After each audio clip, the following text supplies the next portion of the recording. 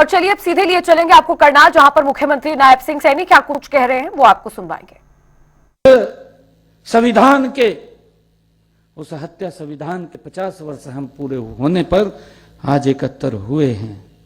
आज हम उस दौर को याद कर रहे हैं कि आजादी के बाद अपने स्वार्थ के लिए ये दौर दोबारा खड़ा ना हो। आज इस अवसर पर हमारे असंध के विधायक, पूर्व में जिलाध्यक्ष योगेंद्र राणा जी, हमारे नीलोखेड़ी के विधायक भगवान दास कबीरपंथी जी, हमारे जिला के माननीय अध्यक्ष प्रवीण लाठर जी, हमारे जिला के प्रभारी जिन्होंने अभी अपना वक्तव्य भी रखा है, भारत भूषण जोयाल जी, हमारी करनाल की मेयर श्रीमती रेणु बाला गुप्ता जी, प्रदेश भारतीय जनता पार्टी के उपाध्यक्ष एडवोकेट वेदपाल जी, हमारे पूर्व में मुख्यमंत्री रहे और केंद्रीय मंत्री आदरणीय मनोहर लाल जी के प्रतिनिधि कविंदर राणा जी, मंच का जो संचालन कर रहे हैं अशोक सुखीजा जी, पूर्व मंत्री शशिपाल मेहता जी, सरदार तरलोचन सिंह जी और उपस्थित हमारे सभी महानुभाव, मंच पर विराजमान सभी नेतागण, आप सबको दोनों हाथ जोड़ करके राम राम करता हूं, प्रणाम करता हूं।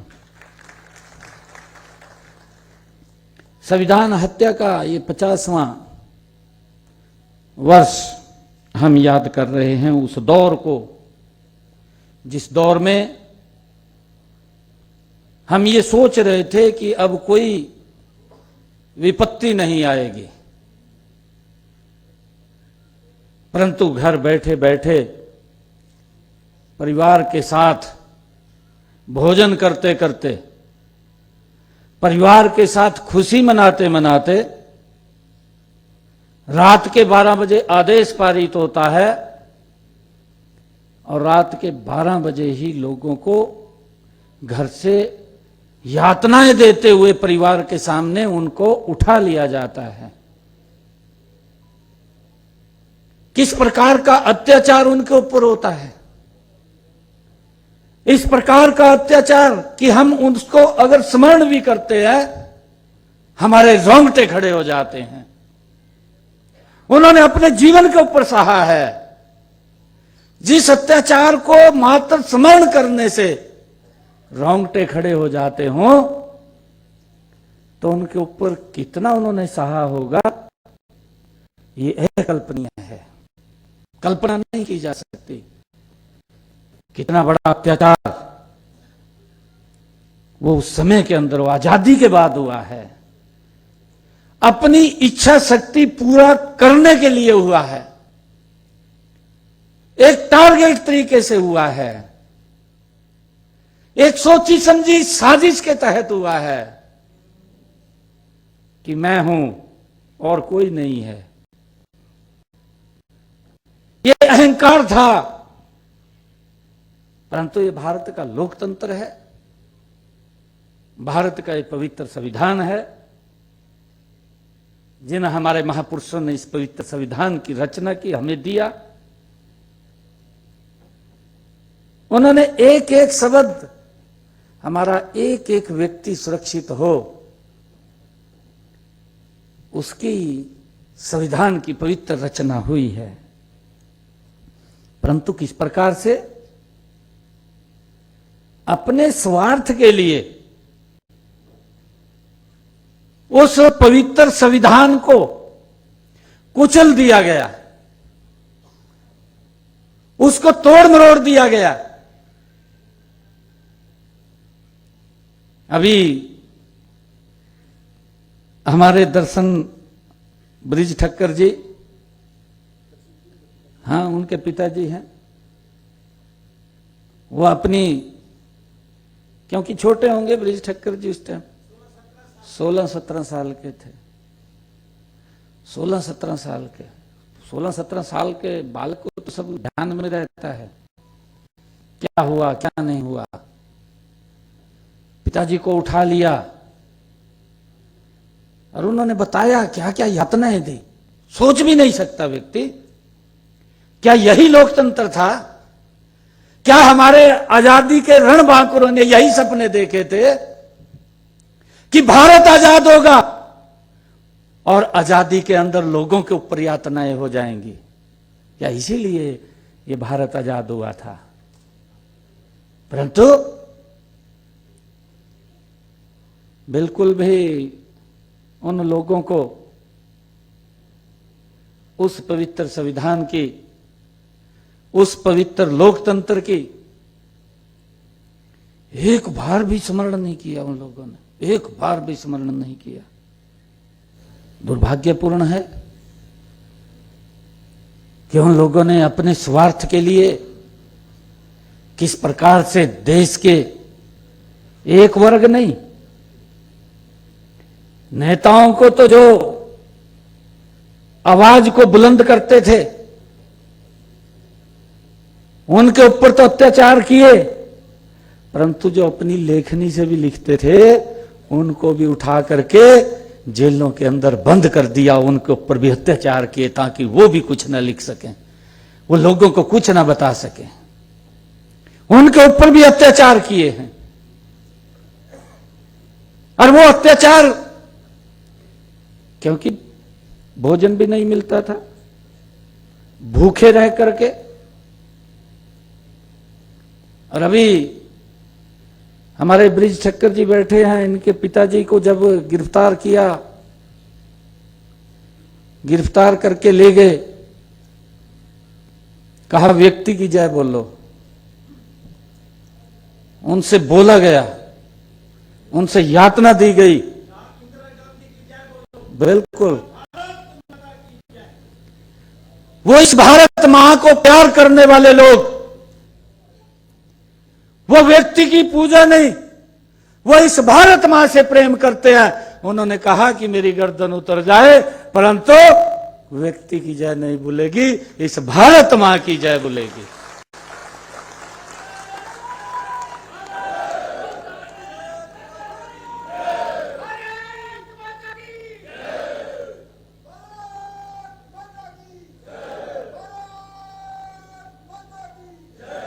भाइयों, ये वही तो मत वाले थे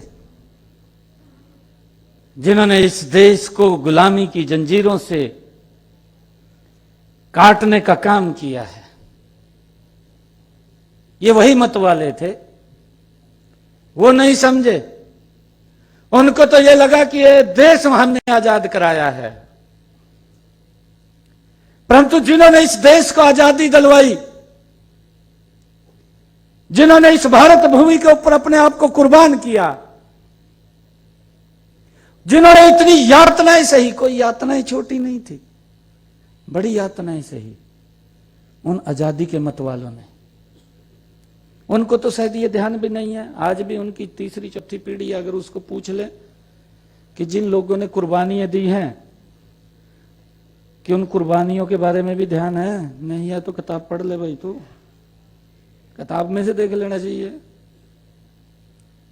वो हमारे आजादी के मत वाले जब अंग्रेज अत्याचार करते थे, अंग्रेज यातनाएं देते थे और वो अपनी आवाज को कम नहीं करते थे, अपनी आवाज को ऊंची करते थे, तो उनको गिरफ्तार करके काला पानी छोड़ देते थे। मालूम है? और ये धारणा बनी हुई थी कि अगर कोई व्यक्ति काला पानी चला गया तो वो वापिस नहीं आएगा। ये परिवार को मालूम था कि अगर कोई काला पानी चला गया तो वापिस नहीं आएगा। परंतु उनके दिलों में वो आग जल रही थी, वो आग दहक रही थी कि आने वाली पीढ़ियां हमारी सुरक्षित रहें, सात समुंदर को पार करके फिर अंग्रेजों के प्रति उस आवाज को बुलंद करने का काम करते थे जो अत्याचार अंग्रेज हमारे देश के लोगों के ऊपर करते थे। भाइयों, अंग्रेजों ने ये सोचा कि ये लोग समुद्र को पार करके आ जाते हैं, किश्ती भी नहीं थी, तैर करके आ जाते हैं। कितनी यातनाएं उन लोगों ने सही हैं। कैसा वो दौर था। अंग्रेजों ने, ये सेल्यूर जेल तो अब बनी है, उस वक्त तो जेल भी नहीं थी, टापू था। और अंग्रेजों ने सबसे पहले जो जेल बनाई, उन आजादी के मतवालों को, उन क्रांतिकारी वीरों को मोटी चैन से 7-7, 8-8 लोगों को बांधते थे, टापू के ऊपर छोड़ देते थे, भी अब नहीं आएंगे। ये कितना अत्याचार उन सहते थे। वो वहीं भूखे प्यासे चले जाते थे। अगर कोई मर जाता था उसको समुद्र में गिर देते थे। ये इस प्रकार का अत्याचार,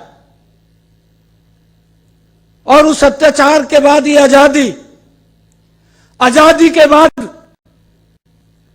वो इमरजेंसी। आप उसका अंतर देखिए। और ये बात करते हैं संविधान बचाओ की। अरे पीढ़ियों ने इस संविधान की सुरक्षा नहीं की है जो लोग संविधान की बुक उठा करके घूम रहे हैं। उनकी पीढ़ियों ने नहीं की है। अभी चर्चा की है, अभी हमारे वीरेंद्र जवाल जी ने चर्चा की है। 562 रियासतें थी, 562 रियासतों को एकजुट करने का काम सरदार वल्लभ भाई पटेल को दिया। वो भारत मां का लाल अपनी बात के ऊपर पूरा उतरा है। एक भी रियासत को इधर उधर नहीं होने दिया। एक रियासत ही इनको मिली, जवाहरलाल नेहरू को सौंपी गई। उस रियासत से प्रताड़ित थे। आज भी हमारे देश से अलग हिस्सा था। ये संविधान बचाने की बात करते हैं,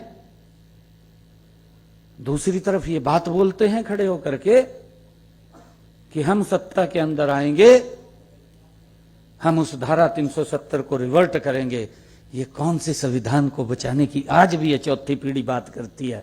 आज भी उस संविधान को तोड़ने का काम अगर कोई करता है तो भाइयों इनके डीएनए के अंदर शामिल है। ये पीढ़ियों से है। ये इसकी रक्षा नहीं कर रहे, ये इसको तोड़ने का काम कर रहे हैं, ये इसको कुचलने का काम कर रहे हैं। अगर ये देश अगर संविधान के अनुरूप चला है, 2014 के बाद आदरणीय नरेंद्र मोदी जी के नेतृत्व में ये देश इस संविधान के अनुरूप चला है।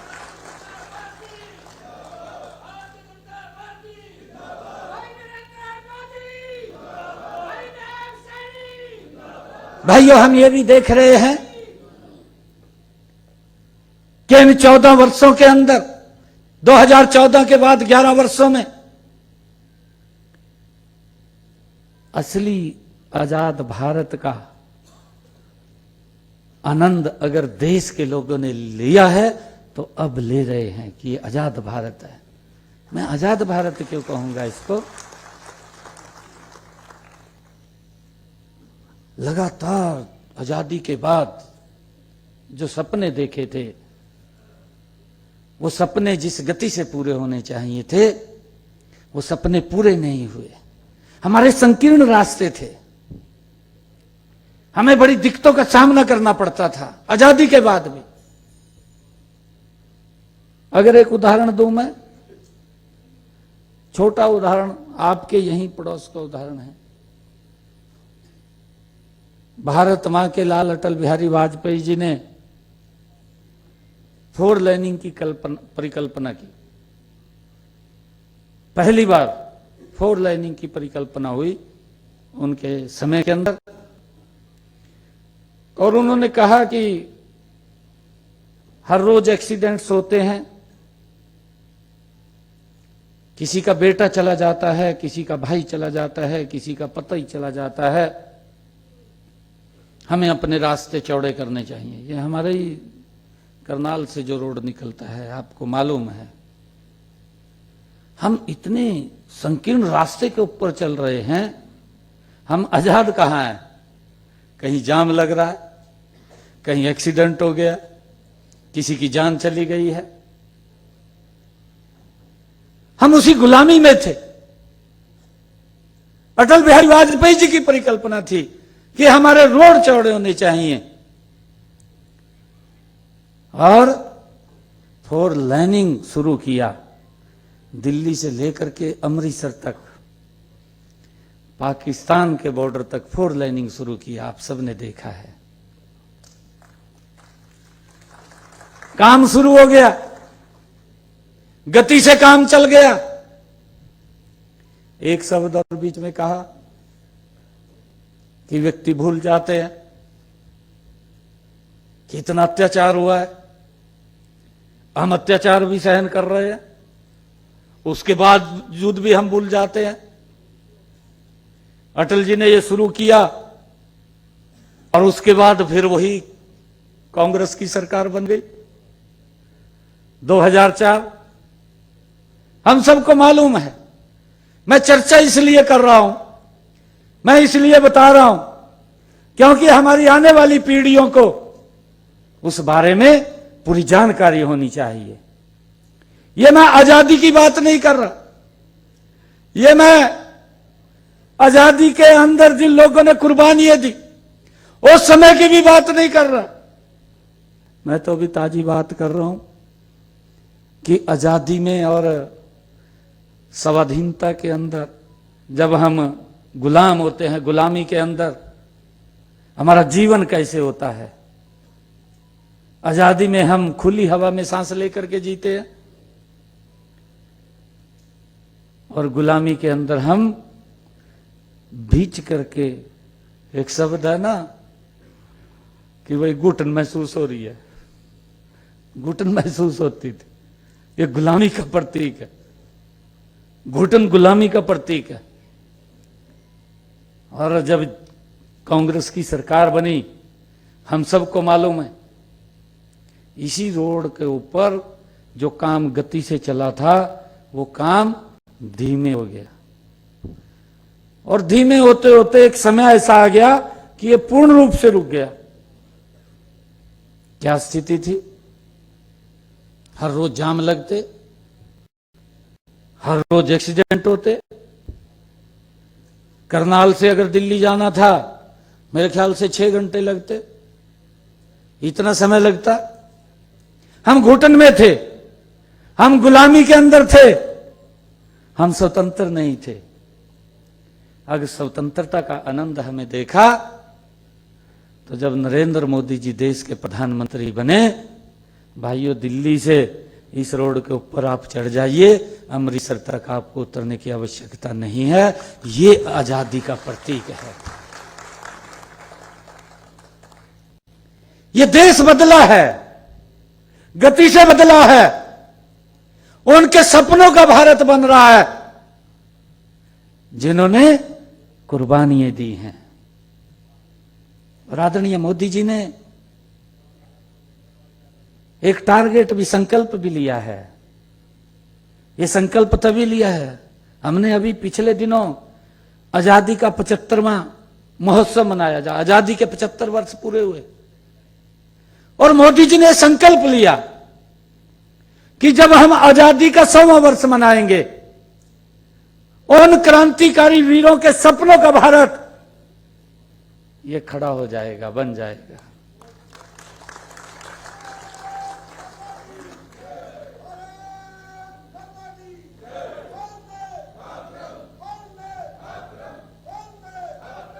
परंतु इसमें किसी एक व्यक्ति का योगदान नहीं होता, ये देश के 140 करोड़ लोगों का योगदान होता है।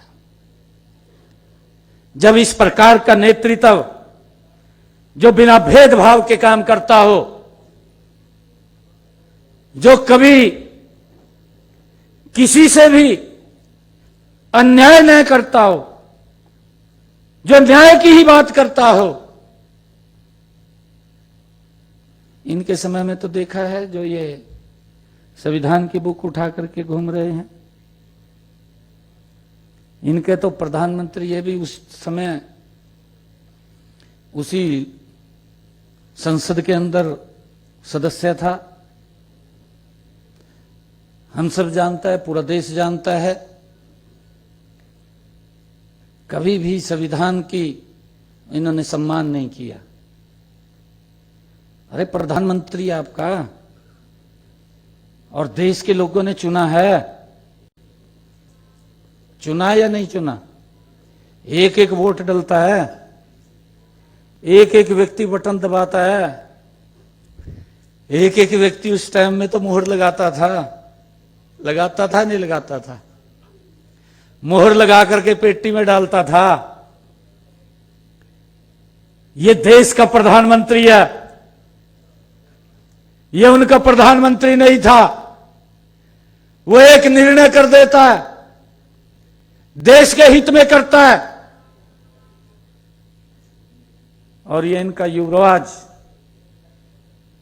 उसी लोकतंत्र के मंदिर में खड़ा होता है, पूरे देश के सामने पूरे देश का अपमान करते हुए उस बिल को फाड़ करके उसको ऊपर फेंक देता है। कहां इन्होंने इस संविधान की सम्मान किया है? भाइयों, हमने इस बात को समझना है।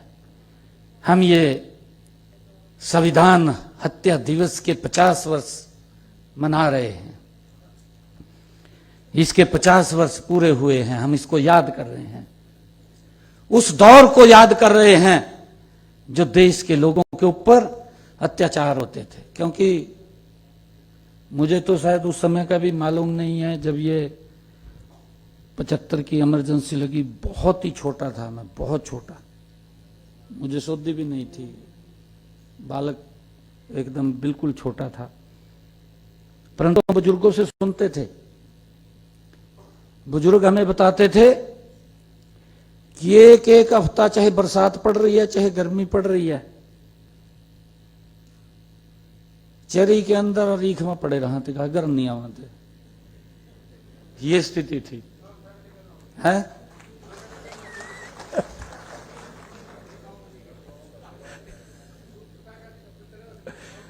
कहीं खामा पड़े रहा थे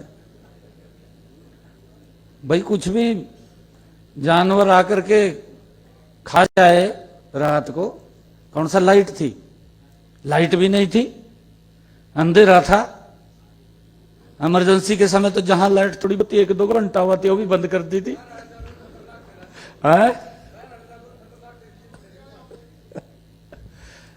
ये दौर हमारे पूर्वजों ने सहा है, यहां बैठे हैं ना सारे, जेल के अंदर पड़े रहे, इन्होंने अपने जीवन के ऊपर सहा है, अपने शरीर के ऊपर वो कष्ट सहे हैं। उनको क्या मालूम, उनको क्या मालूम कि आजादी कैसे मिली है। वो तो आजादी का आनंद लिया है, उन्होंने तो आजादी का आनंद लिया है, और उसी गलत नीतियों के कारण ही आज जो उन्होंने गलत नीतियां वो खड़ी की हैं, आज उसके कारण ही इस प्रकार की स्थिति उनकी हो रही है। और मैं बताना चाहूंगा कि अभी जिसका मैं जिक्र कर रहा था कि डॉक्टर श्यामा प्रसाद मुखर्जी, इन्होंने परमट प्रथा शुरू कर दी जम्मू कश्मीर के अंदर कि परमट लेकर के जम्मू कश्मीर में प्रवेश किया जाएगा। क्या सोच थी? सोच यही थी कि इसको विदेश से अलग कर दिया जाए, यही सोच थी। परंतु डॉक्टर श्यामा प्रसाद मुखर्जी जैसे महान व्यक्तित्व के मन के अंदर पीड़ा उठी। उन्होंने कहा कि इस देश में ना तो 2 प्रधान चलेंगे, ना 2 निशान चलेंगे, और ना ये परमट प्रथा चलेगी। इसको तोड़ने का काम करूंगा, बिना परमट के जम्मू कश्मीर में जाऊंगा। और यात्रा लेकर के निकल पड़े, बिना परमट के जम्मू कश्मीर में चले गए, बिना परमट के। महाकुर्बानी देनी पड़ी, महाकुर्बानी, अपना ही जीवन देना पड़ा, बलिदान करना पड़ा, तब जाकर के परमट प्रथा समाप्त हुई। और जब वो परमट प्रथा समाप्त हुई, उसके बाद भी लंबे समय तक इस देश के अंदर 2 संविधान, 2 प्रधान, 2 निशान चलते रहे। ये भारत मां का लाल नरेंद्र मोदी है, जिसने डॉक्टर श्यामा प्रसाद मुखर्जी के रास्ते को पूर्ण करने का काम किया है कि नहीं, इस देश में एक संविधान, एक प्रधान और एक ही निशान रहेगा।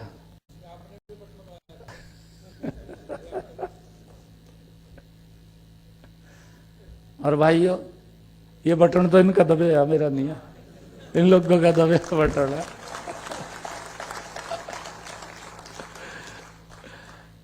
इन लोगों ने जो बटन दबाया, साफ करके गिर दिया है, और भी गिरा गया।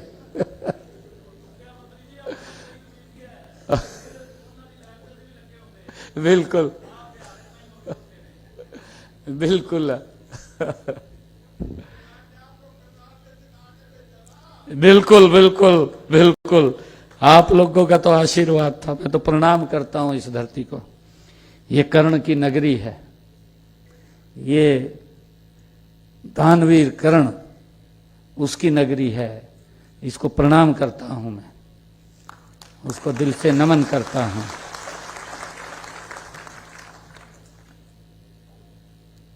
मित्रों, हमने इस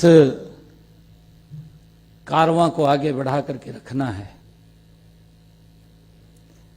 क्योंकि हमने दूसरी तरफ भी काम करना पड़ेगा।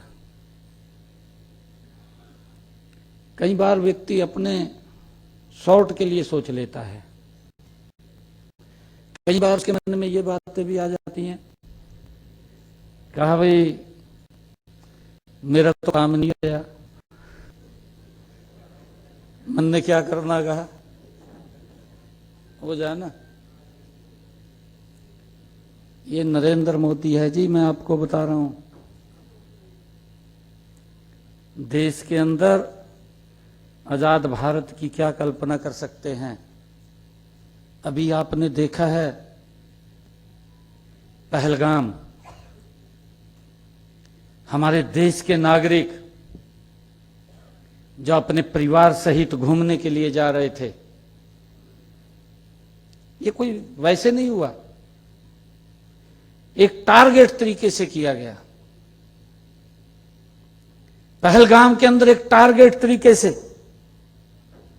और ये बार बार कहा भी गया कि आतंकवाद ठीक नहीं है, हमारी लड़ाई आतंकवाद की नहीं है। प्रधानमंत्री जी ने कहा, बार बार बोलते हैं प्रधानमंत्री जी कि हमारी लड़ाई गरीबी की है, कि हमने गरीबी को समाप्त करना है, हमारी लड़ाई तो गरीबी के प्रति है, कि देश खुशहाल हो, ये देश मजबूत हो।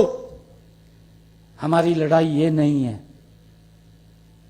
परंतु उसका भी जवाब जाकर के जहां आतंकवाद जन्म लेता था, वहीं पर जाकर के देने का काम किया है, उस आतंकवाद को मिट्टी में मिलाने का काम किया। किसी व्यक्ति विशेष को नहीं छेड़ा, किसी व्यक्ति विशेष को नहीं छेड़ा।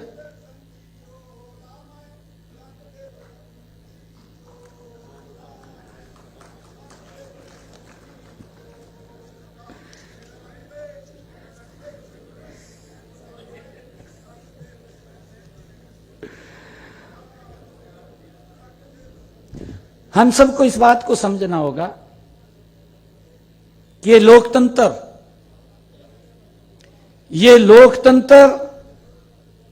ये चुनाव जीतने और सरकार बनाने तक सीमित नहीं है। इस बात को हमने बखूबी समझना होगा कि ये लोकतंत्र, ये चुनाव जीतने या सरकार बनाने तक सीमित नहीं है। लोकतंत्र एक जीवन शैली है। इस बात को हमें समझना होगा। एक मूल्य प्रणाली है। इस बात को हमें समझना होगा और हमें इस भारत को सशक्त और मजबूत बनाना होगा। और ये सशक्त और मजबूत, अब तो अंतर स्पष्ट आ रहा है। 11 वर्ष देख लीजिए या उनके एक छत्तर शासन 55 साल रहा है। राहुल भी 55 का हो गया है?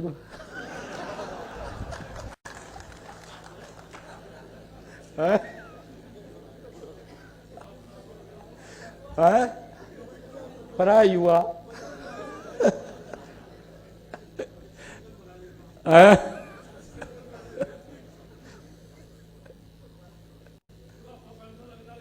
अच्छा,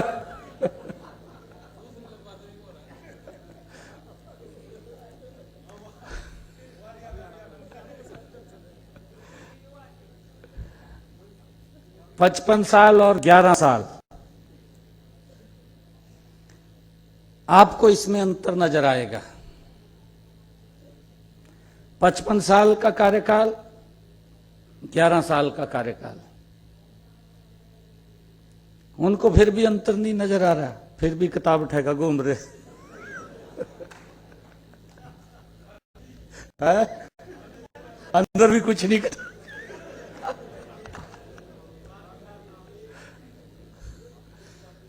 ना बाहर रहा ना अंदर रहा ये भी नहीं पता।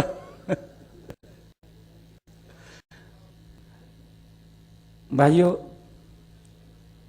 आज हम सब ऐसे समय के अवसर के ऊपर एकत्र हुए हैं जब हम इमरजेंसी के 25 जून 1975, जब हम संविधान हत्या के ये 50 वर्ष पूरे हुए हैं और हमें आने वाली पीढ़ियों को, आने वाली जनरेशन को इसके बारे में अवश्य अवगत कराना चाहिए। मैं तो बुजुर्गों से कहूंगा कि उस समय का दौर परिवार में बैठ करके बच्चों को बताने चाहिए, उनसे शेयर करने चाहिए। हम देखते हैं अपने महापुरुषों की जयंतियों को मनाने का अवसर भी हमें 2014 के बाद मिला है। अपने महापुरुषों की जयंतियों को हम इसीलिए मनाते हैं कि हम उस दौर को याद करें जो उन्होंने जिया है, जो उन्होंने भुगता है और उन्होंने कहीं ना कहीं कुर्बानियां दे करके इस देश और राष्ट्र की रक्षा की है, इस मानवता की रक्षा की है, अपने आप को उसमें जलाया है, अपने आप को तपस्या की है, अपने आप को जो बोलते हैं कि भस्म किया है, तब हम सब के लिए सुख की सांस उन्होंने दी है। हमें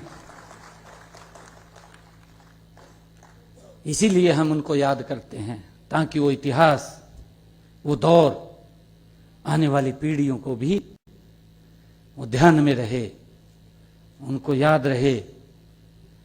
हम देखते हैं कि यही तो भारत है जिस भारत में दुनिया से इतनी बड़ी कुर्बानी नहीं दी है, जिसकी 3 पीढ़ियों ने कुर्बानी दे दी हो।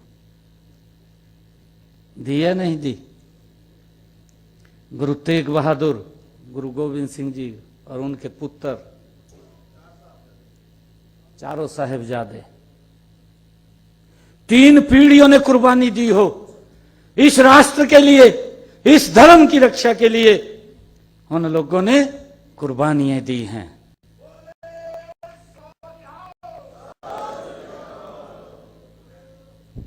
और इनकी 4 पीढ़ियां ने है?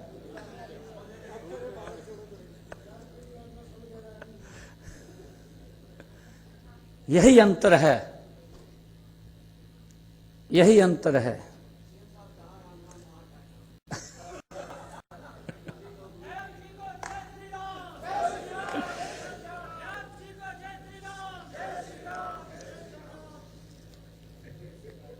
आज का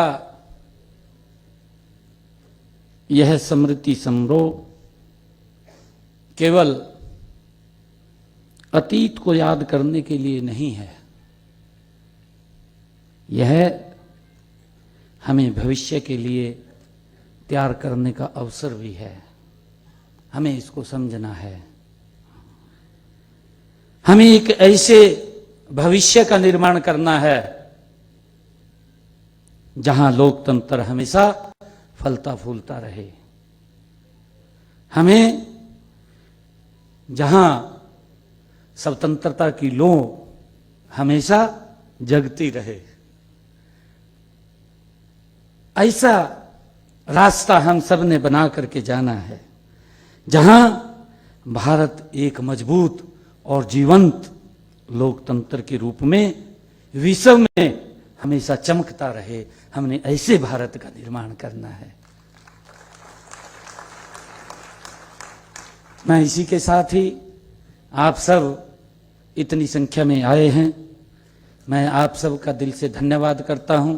एक जोरदार जयकारे के साथ भारत माता की, भारत माता की, भारत माता की, वंदे वंदे वंदे। बहुत बहुत धन्यवाद। जय हिंद, जय भारत, जय हरियाणा।